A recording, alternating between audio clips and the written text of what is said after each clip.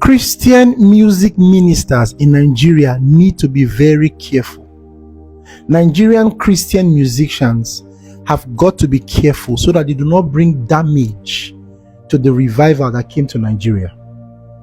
You see, there is a trend going on now, but I think it has been going on for a while, but it's just getting popular. We've been complaining before about Nigerian musicians or Christian singers generally charging for events, having a price tag to come for events. And while that one is still in the pipeline, we are just finding out now that many Nigerian musicians, when they go outside the country, they put a gate fee on their events. They put a gate fee on their concerts.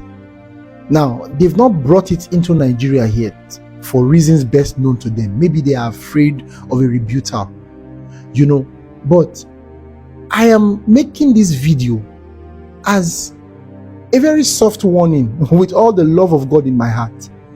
You see, because there was a man in the Bible who was listening to Apostle Paul when Apostle Paul was preaching. That man's name is Eutychus. Eutychus fell from a very, tall story building. He fell from a height and broke his head and died. Apostle Paul prayed and Eutychus came back to life. But all that the Bible tells us about Eutychus is that Eutychus slept. So the only thing history remembers Eutychus for is that he slept. You can live your life anyhow you want to live it, but you can only live it once. I'm saying this because Nigerian Christian musicians need to be careful the role that they play in history. It's getting so bad now that many Nigerian Christian fathers will not even speak on it because they don't want to be insulted. I mean, if a man like Pastor Chris Oyakilome can give you people counsel and they just ignore him like nobody is talking and go ahead to live the kind of life. We have a bunch of people who are singing that have no authority over them. They just submit to pastors that will pay their bill. But when push comes to shove, they have no authority over them. Now they go outside the country and then they put gate fees on their events. They don't bring it to Nigeria. But I know that if care is not taken, they will try bringing that leg soon. But the question I want to ask is this: if we can put gate fee on Christian concerts, then it simply means that we can put gate fee every Sunday before entering church. Because I don't understand the ideology behind it. Now this is a Christian event where the blind is supposed to see, the deaf is supposed to hear. So what we are saying now is that deaf when no get gate fee, no go hear. Blind when no get gate fee, no go see. Jesus did not play cool with people who were doing merchandise, business in the temple. He lost his temper. He made cords, made whips and flogged them out. Let's not pet this thing. Greed is taking over. And it makes it difficult. Even this is why many times association, even in the body of Christ, is very, very scary. Because you start associating till you can no longer stand for the truth. Because wherever error is coming from, the person is your friend. And you're a friend of everybody, no matter where error is coming from.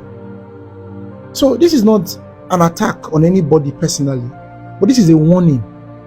A revival came to Nigeria. And you see, both you that is watching and me that is talking, in the next 200 years, we will not be here.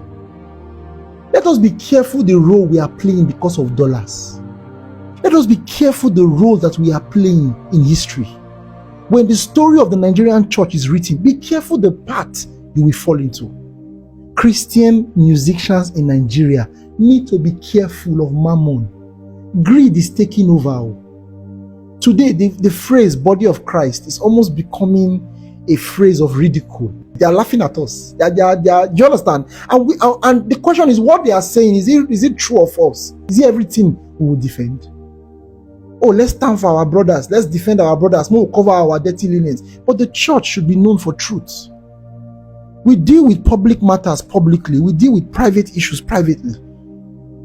If disrepute has been brought to the body of Christ by a particular person or a particular body, the church should dissociate publicly and say, we are not part of this, we don't stand for this.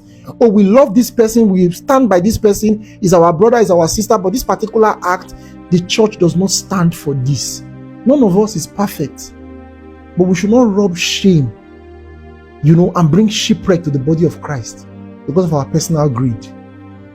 You cannot monetize the presence of God. You can't say, come, let's have a great time in God's presence, but have your gate fee. It's an abomination. We are ministers, we are not thieves. You cannot serve God and mammon. And if you take offense in the way I said this and what I said, I have no apologies for standing by the truth. Maybe I didn't sound mature, but I have no apology for standing by the truth. Let's be careful so that greed will not take over. Nigerian Christian musicians, be careful.